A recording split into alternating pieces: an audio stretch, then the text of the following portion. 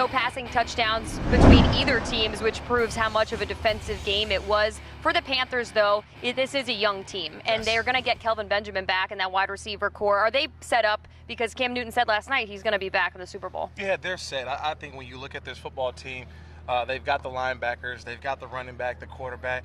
I think the only question mark is Josh Norman, a guy who bet on himself, did not sign a contract this past offseason, said, I want to go out and prove it. Well, he proved that he was the best defensive back in the NFL in 2015, and I think he'll be rewarded, but at what price? Remember, everybody comes with a price in the National Football League, but overall, I think they have a great foundation in Carolina, and they're a team that, if you look at what division they play in as well, the NFC South, I don't see anybody catching them anytime soon. Whoa. First off, look, there's some teams in that division who have some pieces, right? Now, Jameis Winston is on a Tampa Bay Bucs team that's improving, and they won't have as much, I guess, change and turnover because they did keep a coach as their head coach after they fired Lovey and Dirk Cotter. So there will be some, I guess, some transition there, but not as much as you're usually accustomed to. If you look at the Saints, I mean, they started playing much better once Rob Ryan was fired. So I think they'll be more competitive this year. And finally, the Atlanta Falcons were a team that we thought might have been Super Bowl bound. They started off last year, this past season, 5-0. I mean, and at that point in time, I think a lot of people were saying they were playing some of their best football. I think in Dan Quinn's second year as head coach in Atlanta, they start to find themselves being more consistent.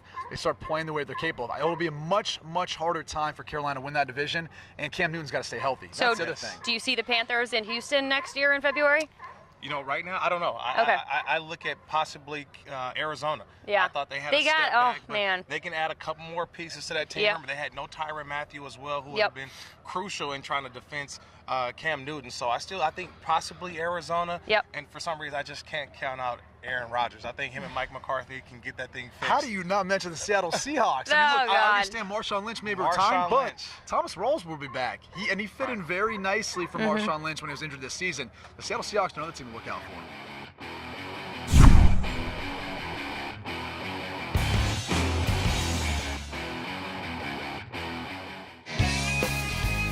What's up, Jenny Dell here in Green Bay, and we're here to prove that Packers fans show up. I'm here in beautiful Chicago because we are going to find some Chicago fans and they are going to tell us how they show up for their team.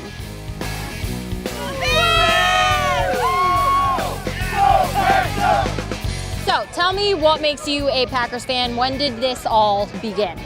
Oh, since I was born. I was born up here. Back in 1965, when I married my husband, I became a Packer fan. So you married into the fandom? I married into the cheesehead. Born and bred Chicago. Born in Chicago, and I was born at the right time, right after the late 80s. My husband and his family have been Bears fans since they were little kids, and now I have 4 boys, and we're all Bears fans.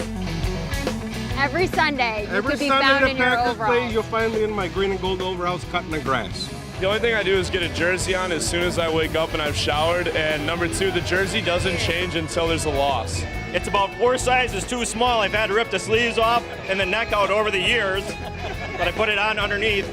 Every game? Yeah. Oh my goodness. So, how long has this been going on? At least 6-7 years. What does being a Chicago Bears fan mean to you? It means everything. Die hard, Windy City, go all the way. That's it, that's all. Why do you think Packers fans are the best fans out there? Oh my gosh, because we have so much pride and we are cheeseheads and so proud of it. What do you think about the Chicago Bears? They still suck. We rock. We got the #1 city. We got the best builders, and we got the best Bears fans. We got the best family. We got the best everything. Chicago rocks. Don't get it twisted. Go, Pack, go! Go, Pack, go! We show up for the Packers! Woo! We show up for the Bears! We show up for the Packers! We show up for the Bears!